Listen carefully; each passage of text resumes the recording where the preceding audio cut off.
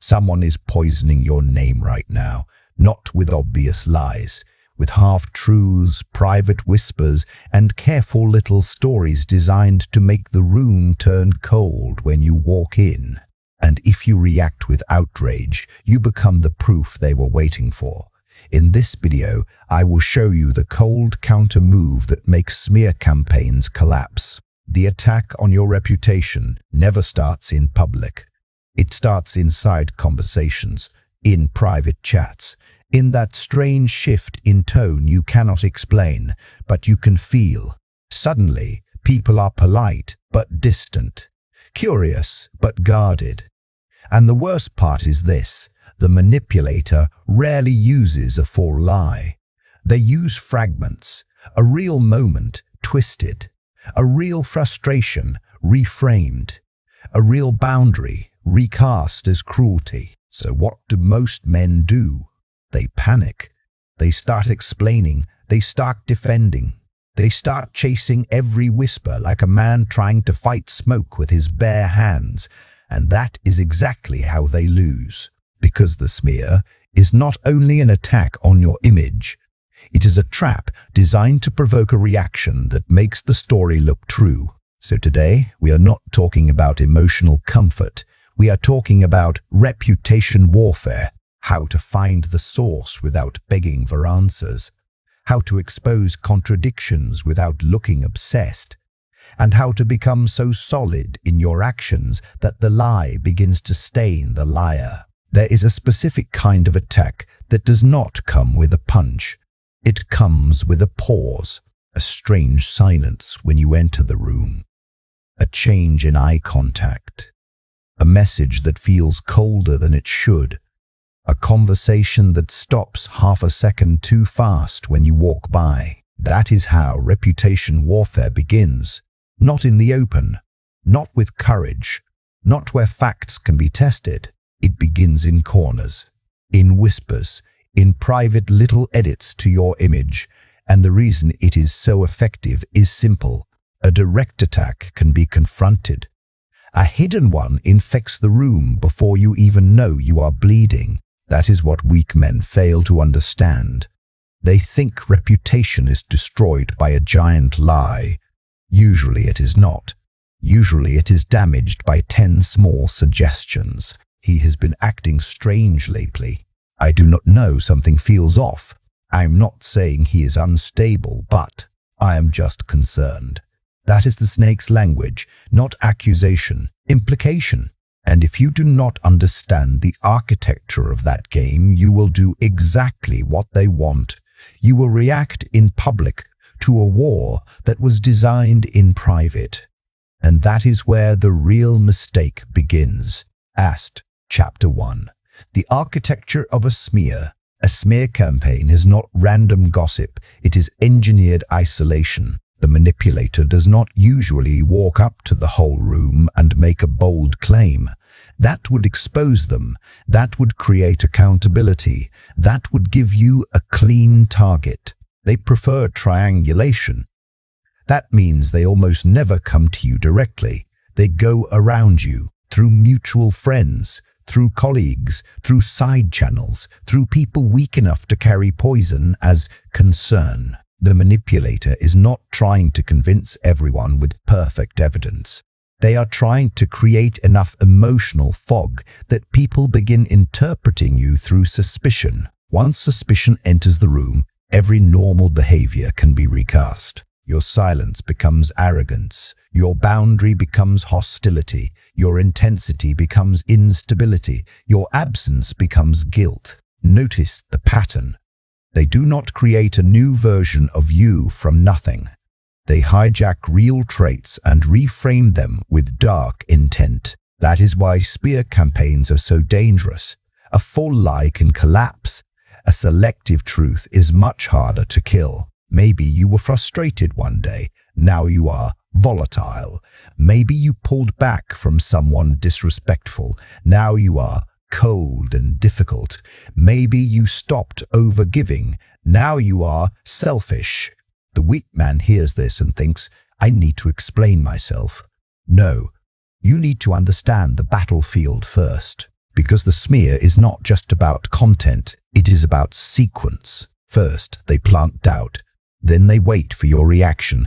Then they use your reaction as confirmation. That is the hidden machine. Not lie, then victory. Lie, reaction, confirmation. And once you see that, you stop taking the bait. The manipulator wants three things. First, distance between you and the room. Second, emotional instability from you. Third, moral innocence for themselves. They want to look like the reasonable one, the worried one, the calm one, the one who was just trying to help. Meanwhile, you are pushed into the role of the angry defendant, sprinting from person to person, trying to repair an image you did not break. That is not power. That is social begging. And the moment a man starts begging to be seen correctly, he has already stepped below the level of the accusation. Ashtroff, Chapter 2, The Trap of Defensiveness. Most men lose the smear campaign in the first response, not because the lie was strong, because their reaction was predictable. They start texting, calling, explaining, posting, correcting every detail, trying to force clarity into a room that is already feeding on emotion. Listen carefully. If you shout, "I am not crazy," what does the room see? A crazy person trying to win a case no one publicly opened. That is the trap. The manipulator wants you on trial. He wants you standing in the center of the room, defending your character to people who never earned that access in the first place, because defense changes the frame. The moment you aggressively try to prove innocence, the room stops asking, "Who started this?" and starts asking, "Why is he reacting like that?" Now you are no longer the man being smeared. You are the man behaving suspiciously. This is why over-explaining lowers status. A powerful man does not panic because a rumor exists. He understands the truth is not defended through visible desperation. It is reinforced through controlled behavior, timing, and selective force. Weak reaction, emotional denial. Why it fails? It feeds the picture of instability. Strategic response, reduce movement, reduce words, increase observation. A weak man hears a whisper and rushes to correct the room. A strategic man hears the shift, says less, watches more, and refuses to perform guilt for an audience. Because that is what frantic defense really is. Performed guilt, even when you are innocent, even when you are telling the truth. If your energy says panic, people remember the energy more than the facts. Most people are not forensic thinkers. They do not investigate. They absorb tone. They absorb confidence. They absorb social cues. That is why the manipulator prefers emotion over evidence. Emotion spreads faster. So, the first rule is cold. Never let them set the frame where you must prove your sanity, your goodness, or your innocence on demand. Refuse the courtroom. Refuse the emotional audition. Refuse the urge to run around cleaning every stain with your bare hands. Because a man who reacts to every whisper becomes owned by every whisper. And once that happens, they do not even need new lies. Your panic becomes their best witness. So what does the disciplined man do instead? He begins the audit. He stops chasing noise and starts studying patterns. He watches who changed, who cooled off, who suddenly became formal, who started asking strange questions wrapped in fake concern. Asked Chapter 3, The Cold Audit. The first advantage you need is this: distance from your own panic. Because once your name is under pressure, your mind starts inventing enemies everywhere. You read tone into every message. You replay every conversation. You start looking guilty to yourself. The cold audit begins when you stop asking, "Why are they doing this to me?" and start asking, "What changed? When did it change? And who benefits from the shift?" Not emotional. Forensic. You are not hunting with noise. You are mapping with silence. Start with timing. When did the room change? Not when did you notice it. When did it actually begin? Was it after a conflict? After a promotion? After you set a boundary? After you pulled access back from someone who was getting too comfortable with you? Smear campaigns rarely appear from nowhere. They usually follow one of 5 triggers. You embarrassed someone. You stopped feeding someone's ego. You became harder to control. You gained status. Or you withdrew access from a person who felt entitled to your energy. The smear is often revenge wearing the mask of concern. Now look at spread. Who became cold first? Who changed tone before everyone else? Who seems unusually informed without ever saying anything directly? Watch those people carefully, because the source is rarely the loudest person. Usually it is the calm observer who somehow benefits from every misunderstanding around you. Close enough to monitor the fallout, far enough to look innocent. Now here is where most men make the next mistake. They start interrogating. Have you heard anything? Who said what?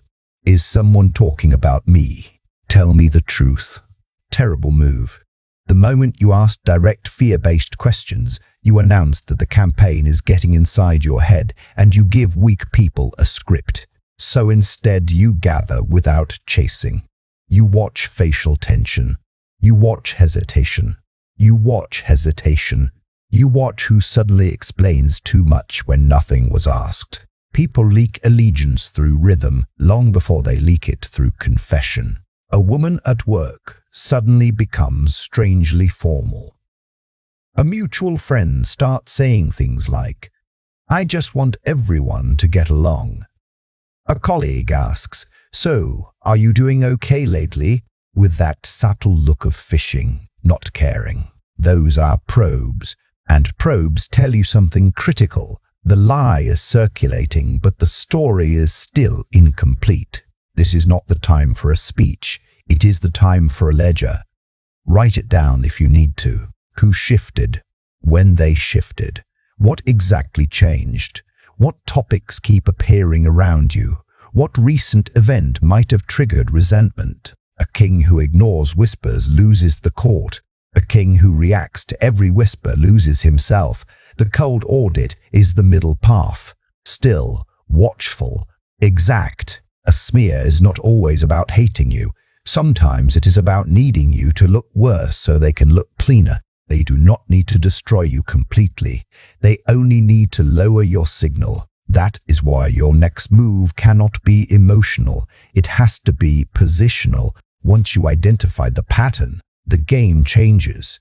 Now you know the fog has a machine behind it. Chapter 4. The business as usual weapon asked. When a man realizes he is being smeared, his instinct is to stop everything and defend his name. That instinct feels honorable. It is often fatal. Because the manipulator wants one image more than any other, you, visibly rattled, do not give them that satisfaction. There is a weapon that insults the liar more than confrontation ever could. Business as usual. Not fake indifference. Not passive denial. Not cowardly silence. Calm continuity. You keep showing up. You keep doing your work. You keep speaking clearly. You keep carrying yourself with the same disciplined gravity as before. Because a smear campaign needs narrative oxygen.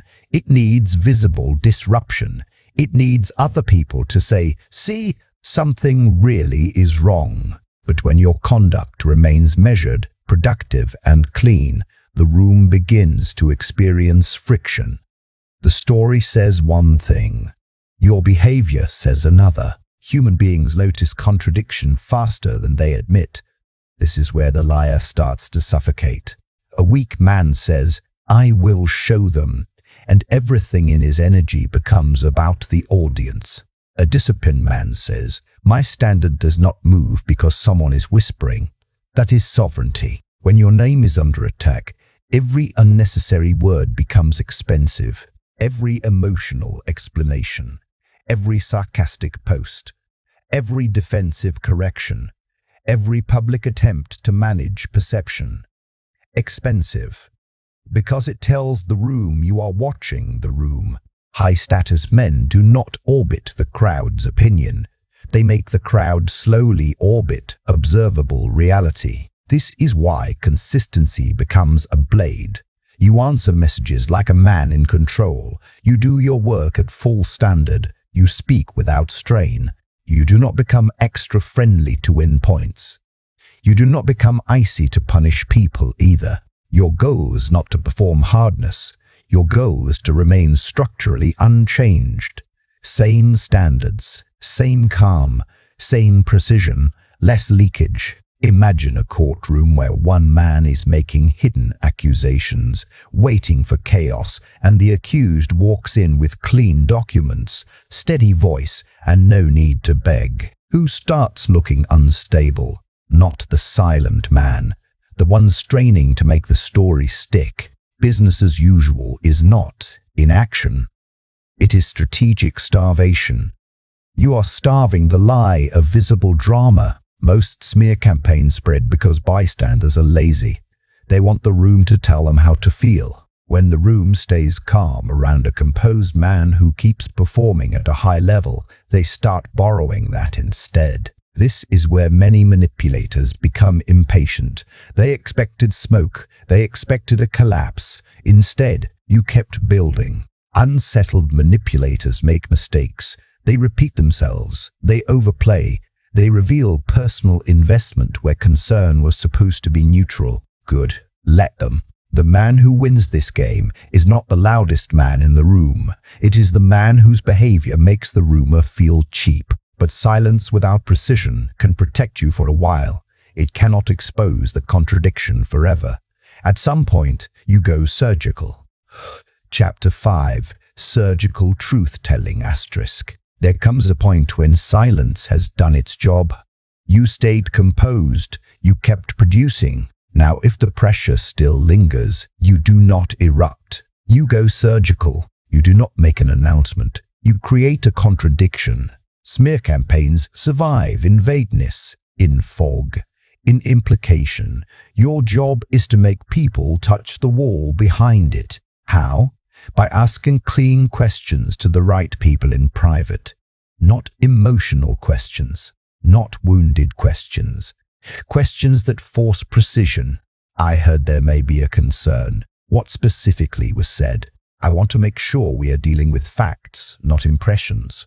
What exactly is the issue? Interesting. Who witnessed that directly? Was that said to you firsthand or passed through someone else? No heat, no pleading, no over-explanation, just structure. Because structure is terrifying to a liar. A manipulator wants you emotional. A clean question drags him into detail, and detail is where false narratives begin to choke. Ask only people who matter. The decision maker, the mutual contact with real influence, the person whose opinion shapes the room. And when you speak, keep it lean. Do not tell your life story. Do not start listing your virtues. I prefer direct communication. If there is an issue, I am open to facts. That does not sound consistent with my conduct. I would like specifics. If someone has a concern, they can bring it to me directly. Now the burden moves. Not onto your emotions, onto their evidence. Most smear artists are brave only in absence. The moment precision enters the room, they shrink. Now suddenly it becomes, well, I may have misunderstood. Maybe that is not exactly what was meant. Exactly, because they never wanted truth. They wanted atmosphere. And atmosphere dies in contact with clean language. A single contradiction can do more damage to a smear than 20 emotional defenses. Once people see one crack, they start re-evaluating the entire story. And that is when the room quietly begins to turn. *6. The clean purge. A smear campaign is information. It tells you who needed proof before loyalty, who folded under pressure, who enjoyed watching from a safe distance, who was never truly with you. Only near you. Why would you chase people who required a rumor to re-evaluate your character? Loyalty is not measured when your name is clean. It is measured when your name is under attack. The clean purge is silent. You do not announce it. You do not post about betrayal. You simply adjust access. Less explanation, less availability, less warmth where trust has been broken.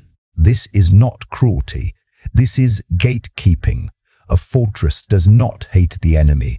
It just stops leaving the gate open. Some people need the room's approval more than they need integrity. Those people are dangerous because they are weak. Let the uncertain drift away. Let the performative supporters disappear. The loss is not yours. The purge is not punishment. It is clarification. You are not here to be liked by frightened people. You are here to become difficult to corrupt. And once the weak are gone, your circle gets quieter, cleaner, smaller, stronger. That is structural integrity. Asked. Chapter 7. The Iron Reputation.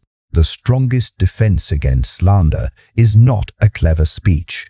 It is a life that makes the lie look stupid. An iron reputation is built before the attack and proven during it. It is the result of repeated, stable, observable conduct. You say less. You keep your word. You do not overshare. You do not perform emotion for sympathy. You do not become easy to bait. Over time, people stop treating your image as negotiable, because your pattern becomes stronger than any whisper. The weak man is always explaining who he is. The strategic man is leaving a trail of evidence, calm under pressure, direct when necessary, silent when baited, firm when crossed, consistent when watched. That kind of man becomes expensive to smear. Manipulators prefer cheap targets. They look for emotional leakage, for hunger to be liked, for men who hand strangers enough access to build a case. Tighten your conduct. Make your life harder to distort. Make your speech cleaner. Make your reactions rarer. Make your presence calm enough that chaos exposes itself around you. That is the iron reputation. It does not beg. It does not flinch. It stands. And because it stands, the liar eventually has to lean harder and harder on invention. That is when the spell breaks. Outh! So remember the law. When they try to turn the room against you, do not panic. Do not explain yourself into weakness. Do not perform innocence for people feeding on suspicion. Study the pattern. Starve the drama. Expose the contradiction. Purge the weak. Build a name that rumor cannot carry. The manipulator wants your emotion. Deny him access. The room wants a performance. Deny it theater. Do not run. Stand still enough to see who is blowing it. Then keep building until the lie collapses under the weight of your reality. My name does not bow.